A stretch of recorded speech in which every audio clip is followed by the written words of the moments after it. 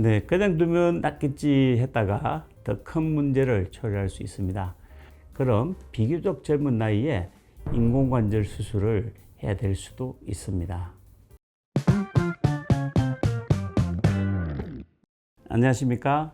정동병원 정형외과 전문의 김창우 병원장입니다. 다들 발목을 한 번씩 삐끗한 경험이 있으시죠? 우리 몸을 지탱해주는 발목은 튼튼한 구조로 이루어져 있지만 일상생활 속에서 쉽게 발목을 삐는 경우를 경험했을 것입니다. 대부분 가볍게 생각하고 통증이 있어도 침을 맞거나 파스만 붙이고 넘어가는 사람들이 많은데 수술까지 받아야 하는 경우가 종종 있습니다. 오늘은 발목 인대 손상과 치료 그리고 수술이 필요한 경우까지 알아보겠습니다.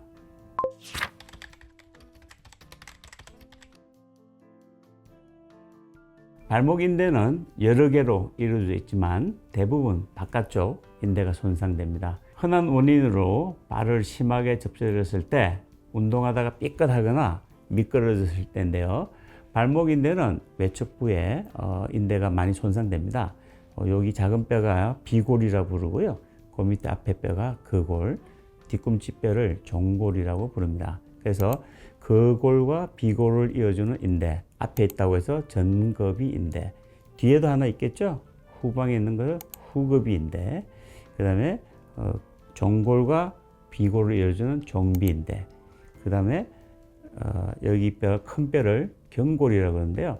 경골과 비골을 이어주는 경비인대인데 이게 또 앞에 있다고 해서 전경비인대. 또 이게 또 위에도 하나 있어요. 무릎 쪽에. 무릎 쪽에 있는 걸 상부 전경비인대라고 부르고 지금 발목 쪽이니까 하부 전경비인대가 있습니다. 즉 바깥쪽에는 전경비인대, 종비인대, 거비인대가 앞뒤로 있고 그래서 인대가 하나, 둘, 셋, 네 개가 있는 셈입니다.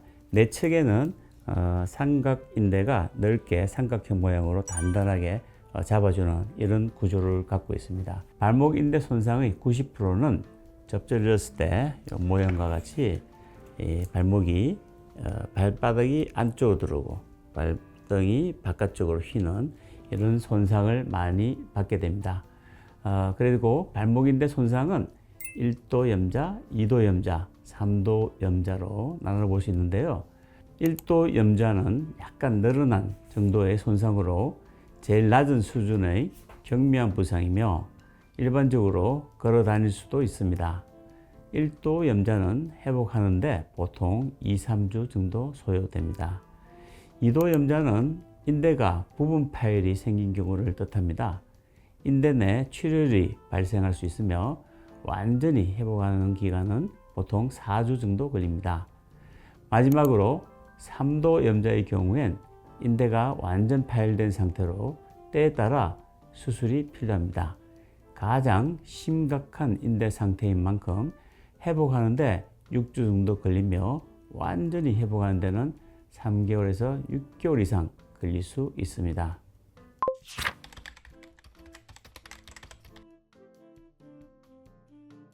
네, 그냥 두면 낫겠지 했다가 더 큰 문제를 초래할 수 있습니다.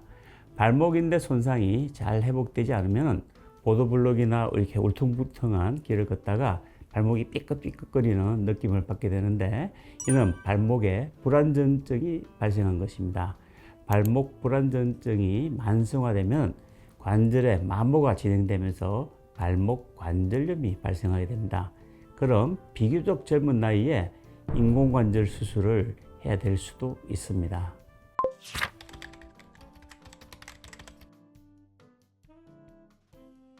네, 발목 인대 손상은 그 정도에 따라서 다른데요. 우선 손상이 1도 염자로 심하지 않을 경우에는 발목 보호대 착용이나 물리치료 등으로 치료가 가능합니다.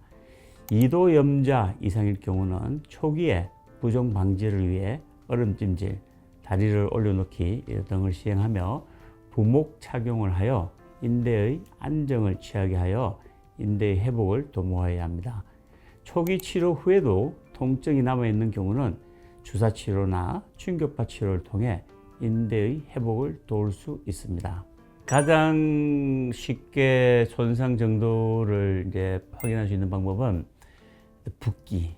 이제 심하게 손상 받을수록 발이 많이 붓고 심하면 이제 멍도 나타나는데 이제 붓기가 금방 나타나는 게 아니고 좀 시간이 지나면 점점 붓게 되죠. 손상 정도가 적은 사람들은 붓기가 확실히 비율적으로 좀 적고요. 손상 정도가 많을수록 출혈도 생기니까 점점 붓고 멍도 들고 이런 현상으로 알 수가 있는데, 단지 그 만성 불안정증이 있는 사람들은 이미 인대가 많이 늘어나고 손상되어 있기 때문에 그 사람들은 다쳐도 별로 붓지도 않아요. 그래서 분명히 삐끗하고 엄청나게 다쳤다고 생각되는데 별로 안 부어. 그냥 조금 아프기만 해. 이런 사람들은 이미 인대가 늘어날 대로 늘어나 있는 만성 불안정증일 가능성이 높습니다.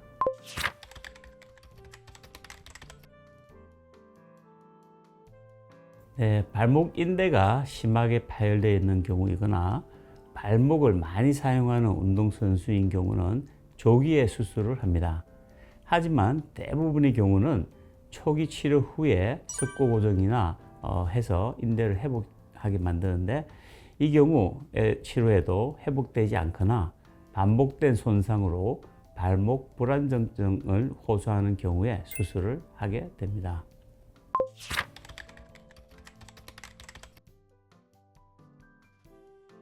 발목인대 수술은 크게 보면은 찢어진 인대를 봉합하는 발목인대 봉합술, 또 인대를 봉합할 부분이 없어서 부족하거나 할 경우는 발목인대를 재건, 즉 다른 인대를 이용해서 재건하는 방법들을 쓰고 있습니다.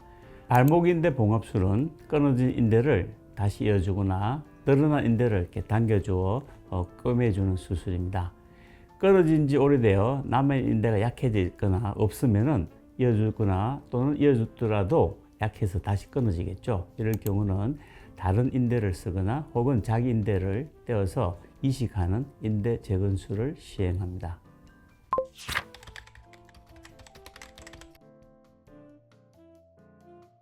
네, 정동병원에서는 족부 전문의가 직접 상담과 검사, 수술, 재활까지 진행하고 있습니다. 특히 발목의 연골, 인대 손상은 엑스레이 검사만으로 진단이 어려워 초음파 검사 혹은 MRI 검사가 필요합니다. 수술 후 빠른 일상 복귀를 위해 재활 치료도 함께 진행하고 있습니다. 이게 큰 뼈인 경골과 작은 뼈인 거골이 양쪽에서 이렇게 내려와 있죠. 그래서 이제 우리가 복숭뼈, 복사뼈라고 부르는 게 양쪽이 튀어나온 이 뼈를 말하는데, 이 뼈가 이런 격자 모양으로 되어 있습니다. 이런 식으로. 그리고 거골이라고 밑에 있는데, 이 뼈가 앞에서 보시면은 사각형처럼 생겨 있죠. 즉 발목 구조가 경골과 비골 사이에서 거골이 껴 있는 이런 격자 모양에서 이렇게 움직이는 구조로 되어 있는데요. 만약에 인대가 약하거나 힘이 없으면은 넘어질 때 이렇게 삐그덕 하게 되어 있죠. 그러면은 거골과 경골이 자꾸만 부딪히는 현상이 생기는데, 그때 이 거골과 경골에 있는 연골이 파손이 되겠죠. 닳거나 마모가 됩니다. 경골에서 관절염이 조기에 발생하게 되죠.